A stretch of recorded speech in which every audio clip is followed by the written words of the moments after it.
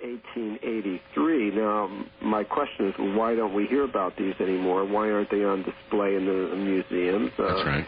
They were suppressed. The evidence was suppressed. There was a very powerful anthropologist named William H. Holmes in Washington, D.C., at the Smithsonian Institution, that institution that's still there on the Mall in Washington, D.C., and here's what... And I might add, Michael, in the business, in my view, of distorting or trying to even recent history with respect to World War II. But that's another story. Oh, right.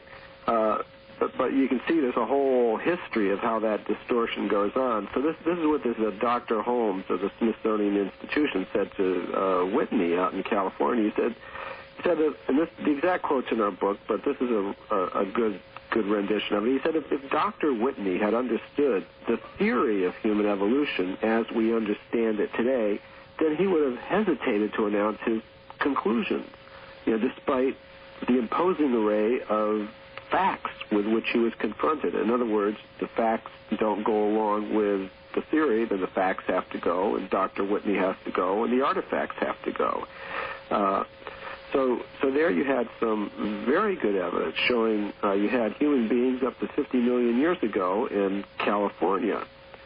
Going back a little bit further, we had in 1862 a scientific magazine called The Geologist that told how in Macoupin County, Illinois, which is right here in the United States, at 90 feet deep below the ground in coal, in a layer of coal that was below 2 solid feet of slate rock, an entire human skeleton, no different than ours. In other words, not an 8-man skeleton, but a skeleton no different than ours was found in the coal there. It just seems impossible that this could have happened, and I realize where you're going with respect to then the age of that being, obviously, but it seems impossible to me that the traditional scientific community could either suppress, ignore, or lie about evidence of this magnitude. Well, it does happen, and it's still happening today. We shouldn't be so surprised that evidence can be kept secret. For example, we find that governments they can keep secrets. Well, I know that's true, Michael, but the origins of the human being, it's such an important question that you would think that even scientists with egos regarding previously established theories would not be blind to really significant evidence like a skeleton in coal. Now, how are they able to just dismiss, and how can they call themselves scientists if they do? Well, I just gave you the example of this William Holmes of the Smithsonian Institution just bluntly dismissing a huge body of evidence, human skeletons, tools, all kinds of things, from California, just because it went against the idea of human evolution. Well, he's but one scientist. A lot of power, a lot of prestige, a lot of money is involved in all this. There are some of the big foundations, like the Rockefeller Foundation and the Carnegie Institution, are involved in this. So you're saying governments are involved in this. We see that basically this idea of Darwinian evolution is being enforced on the American education system by the full power of the United States government through its judicial system. In other words, the scientists have got the United States government suppressing this evidence. Now, this is and preventing it from being taught in the schools. So, to me, it's not at all surprising how a very powerful elite group of people making use of every resource that they have can keep this evidence suppressed. And I could give you some very good examples of that are going on even today. Well, still, it's incredible, Michael. Of course it is. That's why I wrote this book. It is incredible. It is shocking, and I think people need to know about it. But it is saying that all of these organizations and all of these scientists, instead of being devoted to a search for the truth, you're charging are devoted to maintaining a cover-up. That's right. And this is going on in many areas. Well, I can tell you a person that I know personally who was a victim of this kind of treatment. It's Virginia Steen Mcintyre, a geologist who was working with the U.S. Geological Survey. Now, in the 1960s, some anthropologists went down to Mexico at a place called Huayatlaco, which is near Puebla, which is just near Mexico City. And they uncovered some human artifacts there, some advanced stone tools. And when the anthropologists dig up something like that, they want to know how old it is. So what they do is they call in a geologist. Right. Because the geologist can tell them how old the strata of the earth were in which those things were found. So they called in Virginia Steen Mcintyre of the U.S. Geological Survey. Yes. And she and three of her colleagues dated that site with 4 different methods, and each of the methods gave an age of about 250,000 years, which is unusual for 2 reasons. First of all, no human being should have been in existence 250,000 years ago, anatomically modern human beings like us. Indeed. And what to speak of in Mexico, because the standard idea is that human beings didn't come over to the New World until about 20,000 years ago, when the Indians supposedly came over the Bering land bridge up in Alaska from Siberia and wandered down into America. Yes. So to have this evidence at 250,000 years in Mexico was shocking. Now, the anthropologists, they were shocked because it would ruin their careers. They were expecting, Indeed. we'll get a date. So Virginia Steen Mcintyre, she decided she was going to stick with her dates. Now, here's what happened to her. She couldn't get them published. She couldn't get the reports published. She was labeled a maverick and a publicity seeker in her profession. She lost the teaching position that she held at an American university, and finally she was forced out of her job, and she couldn't work as a geologist again. So what did she do? Change it all? What did she do? No, she still maintains.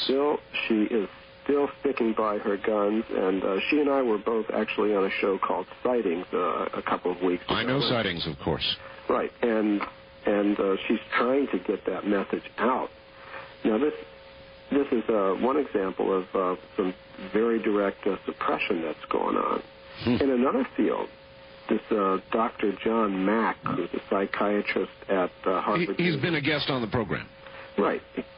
Now, here's what's happened to him recently. We've received some communication from his attorneys who have told us that of course, you know what he does. He has investigated reports of alien abductions of people under hypnosis. And Harvard University has convened a secret academic committee, and the report that this committee is delivering has said that he is acting irresponsibly as a scholar. Really? And his attorneys say that this report will be used to attempt to take away his tenure and perhaps even to institute a malpractice suit against him.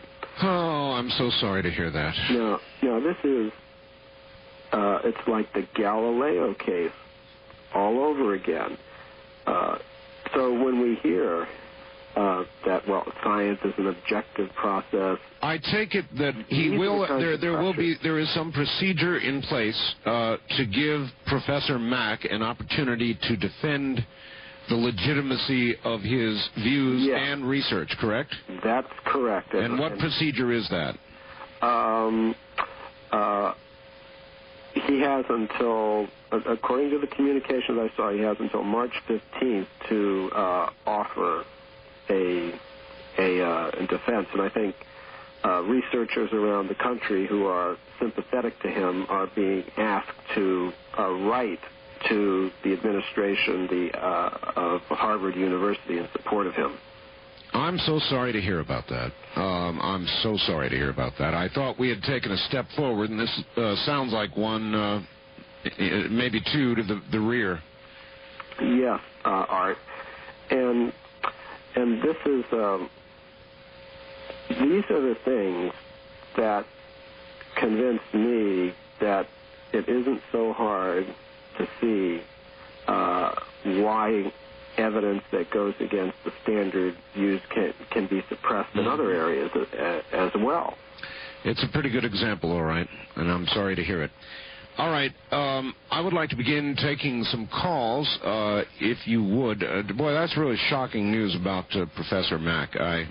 When did you get that news? This arrived in the mail a couple of months ago here at our offices, and it was directed to my co-author, Richard Thompson, who is the author of a book called Alien Identities, which deals with UFO questions. Mm-hmm.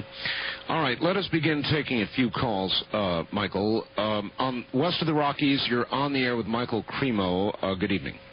Good evening, Art Bell. This is Ed. I'm in Larkspur, California. Hello, Ed. A very good evening to you. Been very interested. I've been following your program off of other stations and it got shifted off of KSFO. I picked you up in my car. I don't have a phone there. I can't get it in my house, but that's where I'm calling you from. I understand. My friend, I have something that perhaps you'll laugh.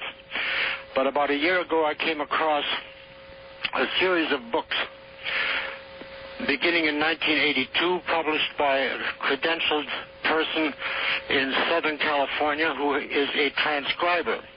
The astounding thing about it is, and I'm shaken to even tell you this because I don't expect it to be believed, but there has been in print now since 1991 something called The New Revelation of the Lord Jesus Christ. It is 760-odd pages in quotes. It's not a channel job. All right, can you give us a brief idea of what it is about? Yes, sir.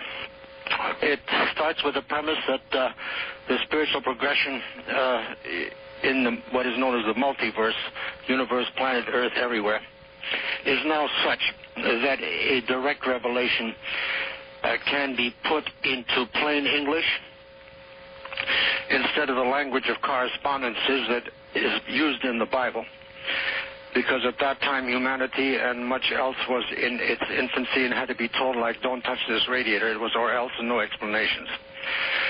The astounding thing is that it sets forth, in quotes, as I say. Gotta hurry here. Yeah. Okay, it sets forth the whole history of the human race, of humanity in general, its place, the extent and degree to which our guesswork has been nothing much more than that.